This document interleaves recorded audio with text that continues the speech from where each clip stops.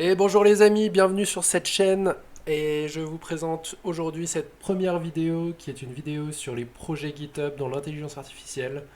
Bon visionnage. Aujourd'hui, qu'est-ce qu'on va faire? Aujourd'hui, on va partir sur la découverte de plusieurs projets d'IA complètement délirants. Donc juste pour information, tous les projets que je vais vous montrer pendant cette vidéo, ce sont des projets qui ont été développés en Python et qui sont complètement open source sur GitHub. Alors, le premier projet RemBG, donc Remove Background. Ça, c'est un projet donc en Python qui vise à supprimer tous les arrière-plans de votre image. Alors, pour commencer avec RemBG, vous allez devoir installer une version de Python entre 3.7 et 3.11, donc 3.7 exclu. Moi, je conseille vivement d'installer la version 3.8 ou la version 3.9 pour des problèmes de compatibilité si vous installez une version trop élevée ou trop basse. Ok.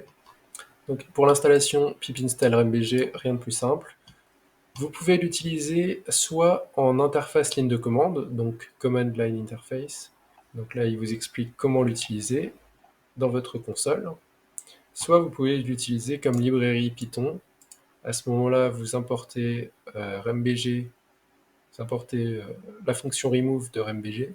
Vous allez spécifier l'input et l'output et faire output égale remove de input. Très bien. Ça, c'est pour donc lire une image qui est sous le format de bytes, mais vous pouvez aussi avoir une image sous le format pile, ou une image sous le format NumPy. Ok, donc ce qui nous intéresse, nous, c'est plutôt celle-ci, Pillow. Donc ce qu'on va faire, c'est on va tout de suite cloner le projet. Donc là, on remonte en haut du projet, on prend le lien HTTPS pour cloner, on fait copier.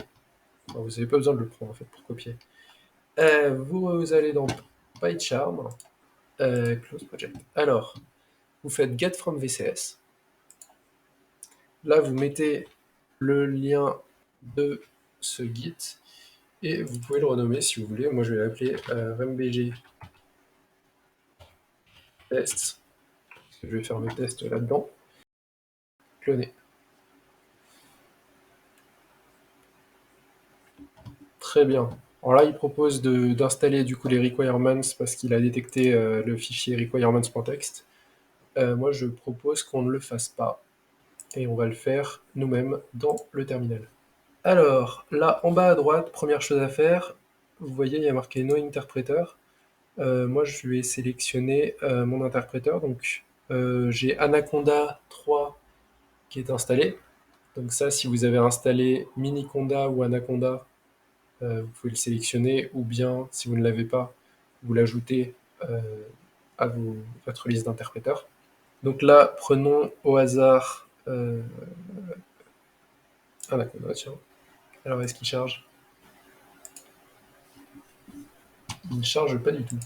Donc on va aller dans File, Settings, et là, on va aller dans Project, RMBG Test, puis ton interpréteur.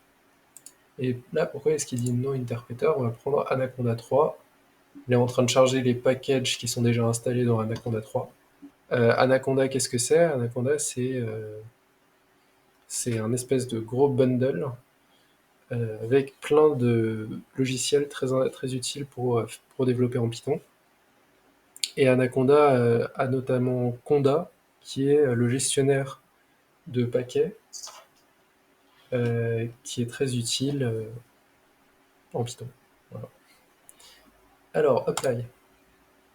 OK. Donc là, il a bien trouvé, cette fois-ci, Anaconda 3. Il est en train de charger les modules. Et on va ouvrir le terminal. Hop. RMBG test. Là, on va devoir créer notre environnement virtuel. Alors, conda sur conda. On fait conda créer-name mayenv. Alors, ne vous inquiétez pas. Si vous n'avez pas Anaconda, vous pouvez aussi utiliser juste un Python 3.9. Si vous n'avez pas de Python 3.9, installez Python 3.9. Donc, voilà. Alors, conda. Donc, on fait conda create bg conf, non. On crée l'environnement. Procéder, oui, très bien. Et maintenant, ce qu'on va faire, c'est qu'on va faire conda activate bg. Donc là, vous voyez, le nom a changé. Il est passé de base à bgenv. Donc maintenant, on est bien sur notre environnement. Pip install-r requirements.txt pour installer les packages requis à rimbg. Pendant ce temps, cherchons une petite image sur Internet. Voilà, très bien, prenons cette image d'une personne. Enregistrer sous. Et maintenant, on va dans... Ok, donc je vais créer un nouveau dossier qui s'appellera Asset et dans lequel je vais mettre cette image. Donc, person.jpg. Person.jpg. Très bien. Ensuite, ils nous disent que pour utiliser cette librairie Python, on peut le faire avec Pilo. C'est ce qu'on va faire. On va copier ça. Oula, qu'est-ce qui s'est passé? C'est tout rouge. Ah oui, il est arrivé à emporter MBG, donc normalement, si je fais import pile, est-ce qu'il a installé pile? Oui, c'est bon. Ok, bon, on a tout ce qu'il nous faut. Très bien. On va voir si ça marche. Mais normalement, ça devrait marcher. Alors, dans MBG test, on va faire new Python file, mytest, compile. Ok, on rajoute pas au git, on s'en fiche. Ctrl-Z, hop. Donc là, from mbg import remove, from pile import image, et là, l'image d'entrée, on va l'appeler assets/ là c'est person.jpg, et output, on va mettre assets/output.png. Très bien. Et puis on va pouvoir tester directement et voir si ça marche. Donc je vous rappelle, la personne c'est ça. C'est ça. C'est cette personne. On va faire Python. Python mytest. Ok, et là, vous avez vu, il nous a bien généré output.png, qui est bien l'image de notre personne sans background. C'est magique. Super. Super. Le résultat est vraiment très bien, comme vous pouvez le voir. Très bien, maintenant qu'on a exploré Remove Background, on va pouvoir regarder le reste, car ce n'était que la première. Ensuite, on peut regarder Stable Diffusion. Stable Diffusion, qu'est-ce que c'est? C'est un des nouveaux outils de machine learning qui permet de faire du text to image, c'est-à-dire on rentre du texte et l'IA nous génère une image. Donc là, il vous explique, il vous montre des rendus, c'est magnifique. Vous pouvez regarder ça. Et voilà comment l'utiliser. Donc text to image.py. Et ensuite, il faut mettre -h pour help, -prompt, suivi du prompt pour dire le message, pour dire ce que vous voulez que l'IA vous génère. Outdir, donc output directory, skip grid, etc. Donc, il y a plein de paramètres, d'arguments. Je vous laisserai explorer ça si ça vous intéresse. Là, ça c'est du image to image. Vous dessinez une image et l'IA crée une vraie photo à partir de votre dessin. Ça, c'est aussi très intéressant. Ça, c'est Stable Diffusion. Ensuite, Dual Steigen. J'aime beaucoup Dual Steigen. C'est vraiment intéressant de voir comment on peut, à partir de la photo de quelqu'un, comment on peut créer une version animée ou caricature de cette personne. Donc là, il crée des versions slam dunk, comique, cartoon, caricature animée, etc. Donc, comment installer ce repo? Donc, c'est comme d'habitude, git clone, Et pour créer votre environnement, cette fois-ci, il va vraiment falloir que vous ayez installé Anaconda.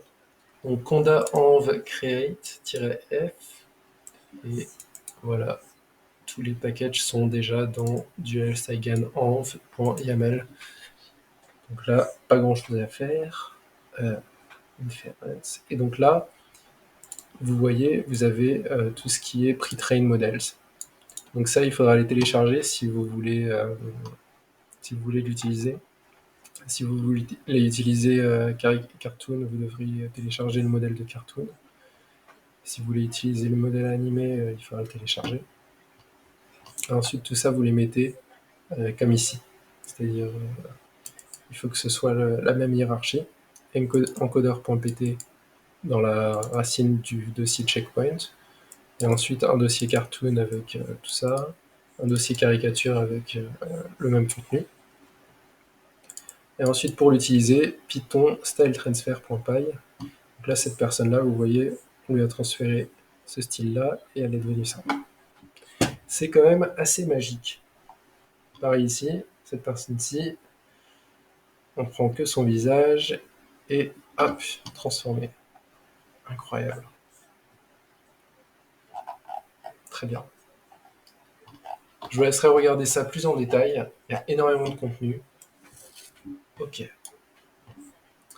On passe au quatrième projet. Le quatrième projet, Hairmapper. Ok.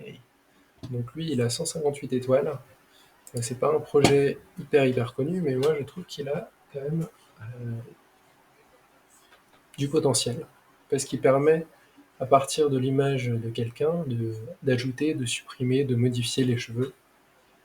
Et c'est quand même pas mal. Donc là, pour l'installer, là ça devient compliqué, il va falloir CUDA. CUDA, donc c'est pour le support des cartes graphiques NVIDIA.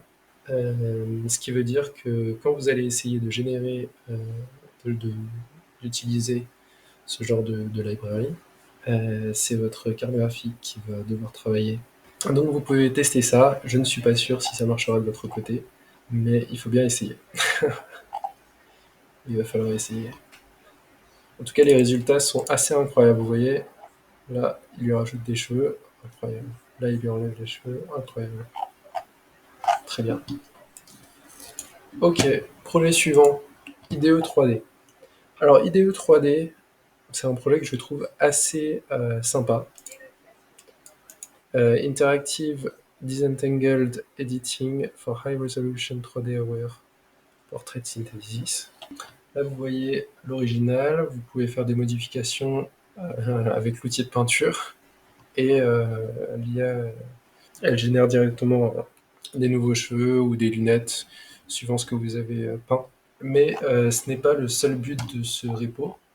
Vous allez pouvoir aller sur le lien qui est ici. Et moi, je l'ai déjà ouvert ici. Là, il vous donne des exemples de comment faire marcher ce repository. Donc là, vous voyez, vous pouvez en fait, à partir d'une image, générer un rendu 3D et modifier en direct le style de la personne.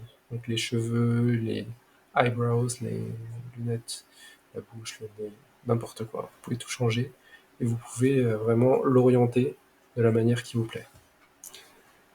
Ça, c'est un projet qui a vraiment beaucoup de potentiel, je trouve.